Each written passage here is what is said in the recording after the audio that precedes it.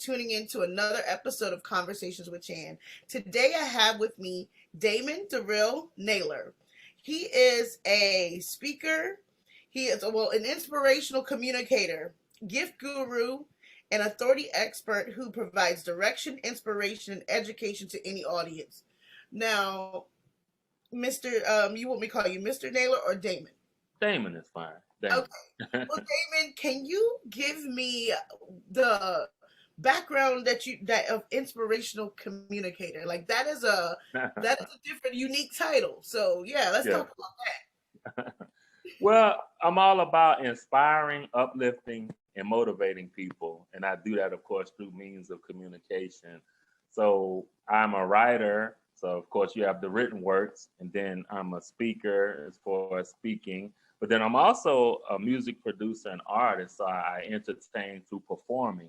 So all of those different means of communication I use, at the core, the audience is typically going to be inspired and invigorated and energized, and they're going to feel enthusiastic after experiencing me. But yeah, that's what it's all about, being an inspirational communicator, because some people, they communicate but they don't inspire. But my whole thing is, when getting a message across, I want to ignite something in you. I want to stir you up, and also prompt you to action. I try to give actionable information when I do communicate, that's going to really just stir the soul and hit something, serve as a catalyst to just get you started and ignite it. But yes. Because we have a lot of people who, there's some people who talk just to talk. There are people who speak just to speak, and so you may attend a talk or whatever, and you come away with nothing. Like you went to the talk, and I've been to those where it's like, okay, well, there it was. I mean, they said some things. I don't know what we talked about, but we said some things. Like that's the kind of. I mean, gotcha. Yeah, I've attended those things, so I understand what you're saying. So I like to walk away. Like I think I attended one conference where I was invited because the person needed a ride. Oh, okay. I mean, seriously, I wasn't planning on going to this because I don't do a lot of the women empowerment, got you. those kind of events. Yeah. Not knocking them, but sometimes you can see the same people different. They just shuffle the deck a little bit, and I feel you. And so I went to one, and I actually enjoyed that one. I actually got something out of it. Good.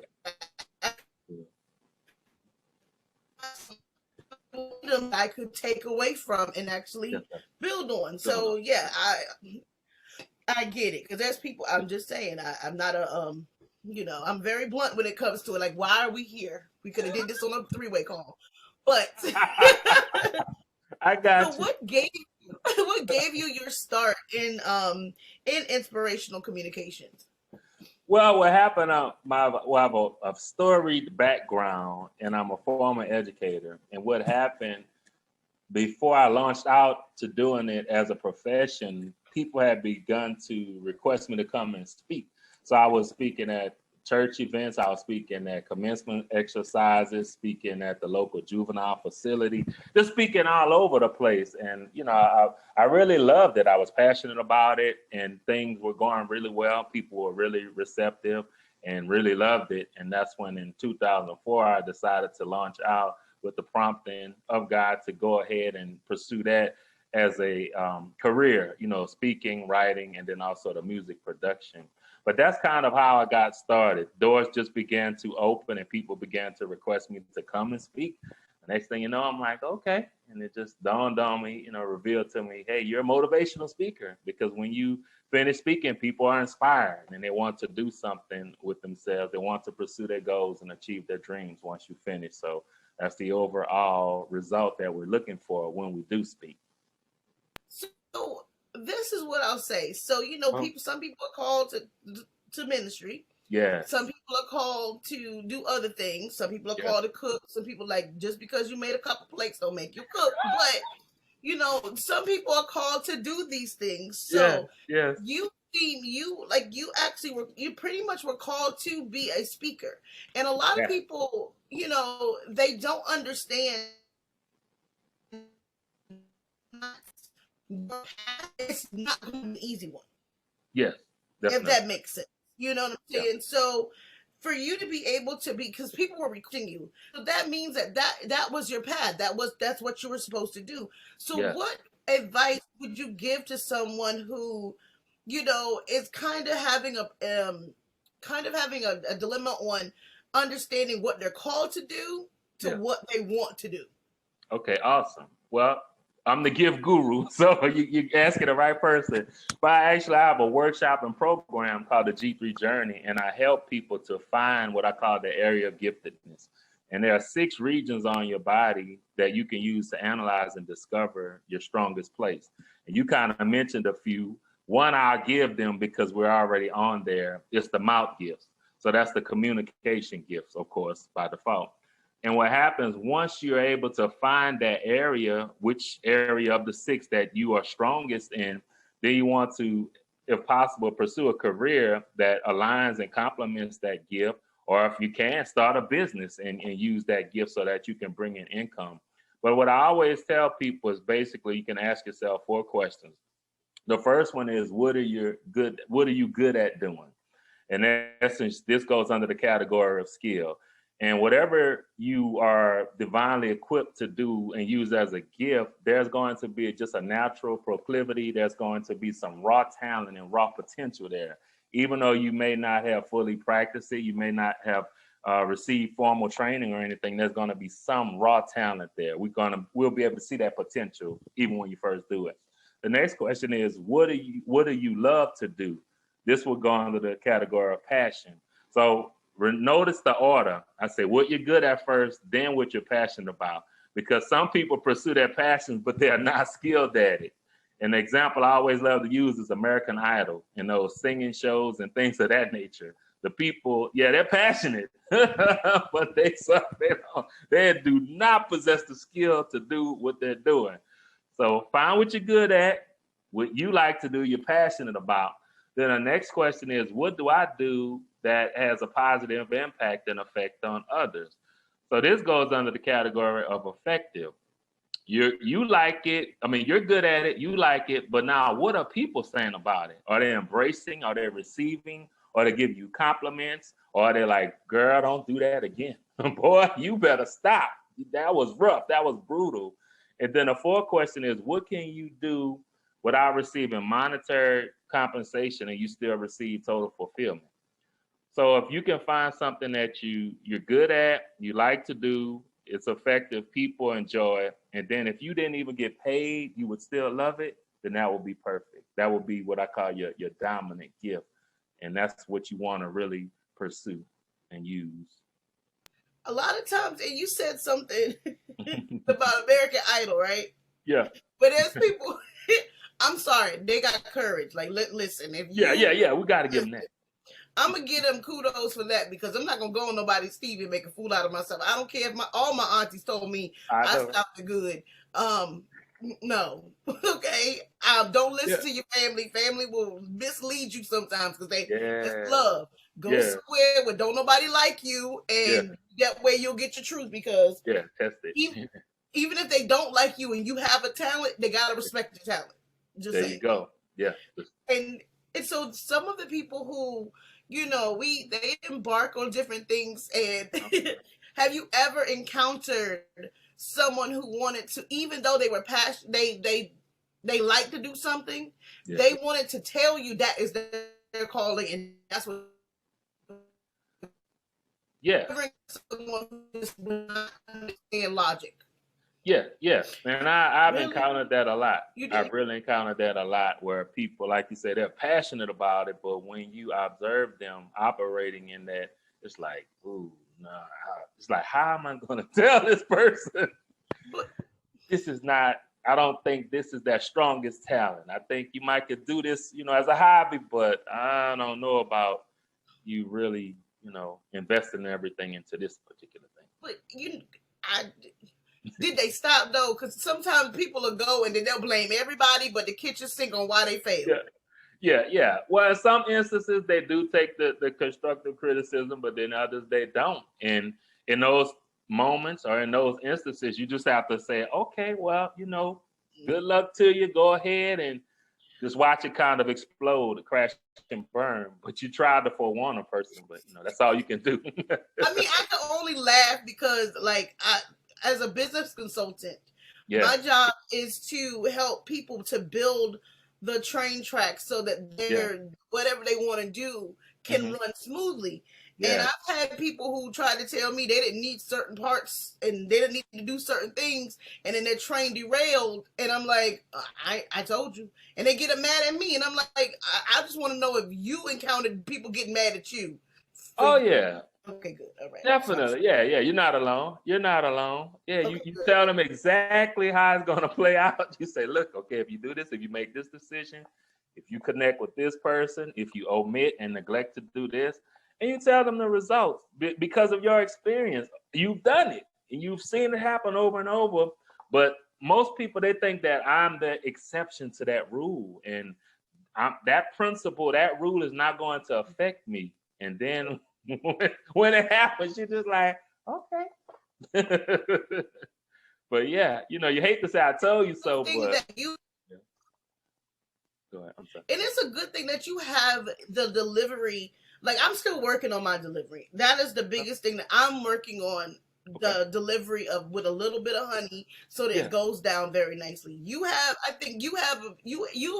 mastered the art of delivering certain bad news or certain things that would not unfavorable things so that people can understand, like, this is not for you, but we're going to give you something else to do. Exactly. You got it. That is a great thing that you possess. That is not my ministry as of yet, but I'm working towards it. We're going to work with you. We're going to work with you, sir. We're going to work with you. Yes, because it is a work in progress. And I'm quick to tell people that I'm not a coach. I'm not here to give it to you with a teaspoon of honey, as the people used to say. That is not me. That is not my. Okay. I'm gonna be brutally honest. It may hurt your feelings. We need you too, Sean. Hey, some people need that. What you want to do is try to be able to adjust. So, for those who can't take it, you could, kind of buffer them a little bit. But then there are some, like you said, they got to have it raw because that's the only way they're going to receive it. That's the only way they're going to understand it. But okay, good. So I am on the right path to enlightenment. Okay. Yeah. Yeah, you're good, girl. You're good.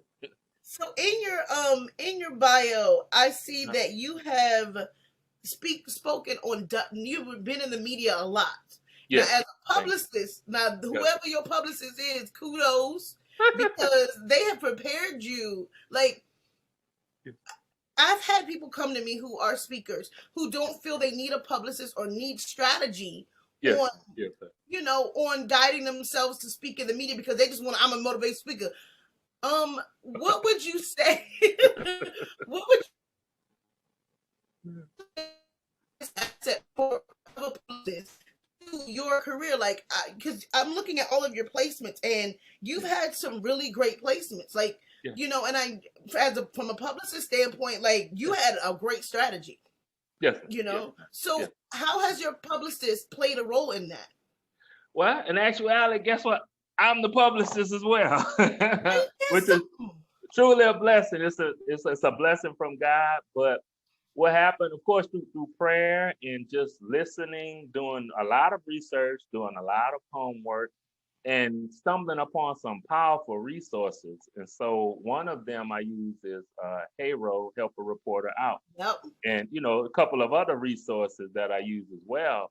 But what happens after learning that or finding that resource, just learning how to develop a pitch. And I actually recently did a workshop myself and my partners called Media Mastery, where we teach people about finding that pitch and your platform and establishing your brand and just those concepts, because those things are vital elements and components of who you're going to be, especially if you're trying to be an entrepreneur or a speaker or creative or something like that. But yes, you got to craft that in order to be able to pitch your products and your services without being salesy, though. Correct. And so this is what I'll say. To be a publicist, you have to be an effective communicator.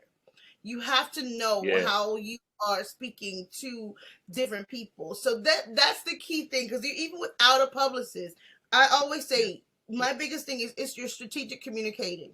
That strategic communication is the art of publicity and securing those placements. You did the research, and that is your wheelhouse, communicating. That is your wheelhouse on writing or speaking in a perspective. Yes. But so even someone say, "Well, I don't need a publicist," but are you a communicator? Yes. And see, you know what I'm saying? So those are the two different buckets. Yeah, and the thing about communication, what most people miss, especially speakers, is that it's two-way. It's sending and receiving messages and information. Most want to just send and give, but they don't want to receive. And that's the greatest component, I believe, is of being a successful leader and communicator, is listening and reading and studying. And when you do that, okay, you see the person's perspective, you understand what's expected, what they're looking for, and that gives you an advantage. And now you know the access point of how to gain access and connection to the person or to the outlet that you're trying to reach. But if you don't want to take the time to study, to learn, to listen, then you're going to bump your head and you're going to run into a lot of closed doors because you don't know how to get that access and find that common theme and thread that's going to tie you and connect you with that individual or entity. And see, that's the thing. So, and because like from my role, I have a relationship with different outlets. So a lot of times it's, this is what I have coming up this month. I see this is what I'm doing. And I can craft pitches that are, that are timely and also in tune with the news cycle. But a lot of, people who come in, because it's like, I don't need no publicist, I can do it myself. And I'm like, but that's not what you have been. That's not. It's not as easy as everyone thinks it is. It is, yeah. Because out of 100 no's, you may get 2 yeses. So those are the things. I mean, oh my gosh! See, this is something as an entrepreneur, people need to understand. Like you could be like you landed some amazing outlets. Yes, ma'am. The outlet looking for, and you were able to communicate and catch the eye and the interest of that outlet. And that's the biggest thing, but the thing is, you're a communicator, so you have a leg up on a lot of people. Yes, ma'am. Yes, ma'am. Because I've had people come to me, I just want to be on the news because I'm great. Okay. So what word of advice what word of advice would you give to an entrepreneur that is possibly thinking about foregoing entrepreneurship? Okay. Well, just really finding, like I said, if you can find or what your strongest talent is, or if not the strongest, you have what's called acquired or secondary gifts. But it's something that you really love to do, and you're having a great impact and effect with it. Then find a way to generate income from that, from using that gift. Basically, entrepreneurship is going to boil down to one of two things. Either you're going to provide a product, which is something tangible, like say CDs, books, or something like that, or courses, or you're going to provide a service, whereas if it's a restaurant, Uber, or something like that, where it's not an actual tangible product that the person is buying, but it's something you're providing, some type of service. And just analyze what it is, your strong suits, your talents, and see, can you make a tangible product, or can you provide a service? Can you, like you say, can you consult in a certain area because you have experience and expertise in there? Or are you gifted at like you said earlier, baking and cooking or whatever? Not because you just cook 3 plates, but every time you cook, everybody like, girl, man, when you gonna cook that again? Or when you gonna barbecue or whatever? And you'll be amazed at the services and products that you have within you. But it's just all about self-awareness. And what I love about you is that brutal honesty. We have to do that with ourselves, because sometimes, people can do it with others, but you have to turn that into yourself. And then when you're able to do that and be brutally honest, then you can really fine tune and find what you're really good at doing, and then, pursue that thing. And I always say initially, maybe pursue it on a part-time basis, just to see how it's received. That way you can make adjustments and you can really see if you like entrepreneurship. Quick story, A friend of mine I attended college with, she was a teacher. She did it for years. All of a sudden, she pivoted and she pursued entrepreneurship, and specifically, she was a photographer. Well, once she got out and started doing those pictures as a business, I saw maybe a year or two later. I was like, so how's the business going on? You know, because I love entrepreneurship. I'm always happy about entrepreneurs. And she was like, I'm not doing that anymore. I'm like, what happened? She said, as soon as it became a business, it stopped being fun. She said, as soon as I had to actually start taking these pictures to pay my bills and I had to depend on it, she said, all of a sudden, I lost the pleasure in it. She said, I'm back in a system and I'm doing it part-time and just as a hobby sometimes. She said, but as a business, no. And that's why I'm saying pursue it just as a part-time deal, just to see if you're gonna like it as a business. Because sometimes when you look at the different components that come along with business, you might be turned off by it. You might need to just do it as a hobby or something. But yes. But you know what it is? It's the work that will. Let me tell you. I will say this because I'm a full-time entrepreneur now. Yeah. And awesome. Some mornings, like Saturdays, I want to chill out. Like today, I'm recording my interviews for my podcast and my YouTube because that's something that I'm branding myself as a, coming from behind the screen or coming from behind, the emails and stuff because I want people to understand that is put in has to be done. Yeah. That is the key to that. And I mean, don't get me wrong. I love doing public relations. I love being a consultant. But I know it's a job, you know. And so sometimes, yes, the hard work will open your eyes a little bit. But if you're not willing to put in that sweat equity, then you're gonna go back to applying and getting another job. Because that's sweat equity. When I tell you, it's no easy feat. But if you are ready for the freedom and you're ready for even though you're working 72 hours, you're not putting in 40 hours for somebody else's dream. So you have to make that decision. Like, listen, it's easy to get a paycheck, but to get invoices paid is a whole nother ball game unless you have t-shirts or mugs or stuff like that. But people like food, so I might have to go back to catering. I don't know, because that's automatic. People like to eat, but that cars or something like that's what I'm saying. Like cars break down all the time.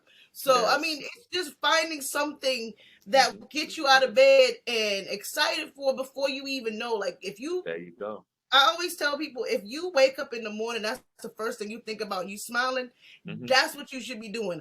If you sitting in the car outside your job and crying, praying that the fire alarm or something will go off in there, or the power go out, or the supervisor don't show up, like that kind of stuff, then that's not where you need to be, because I'm just you're taking that extra block around or where you just want to run. You want to get out the car, just run. I'm just not going in there today. I'm just gonna sit in the car. I'm not.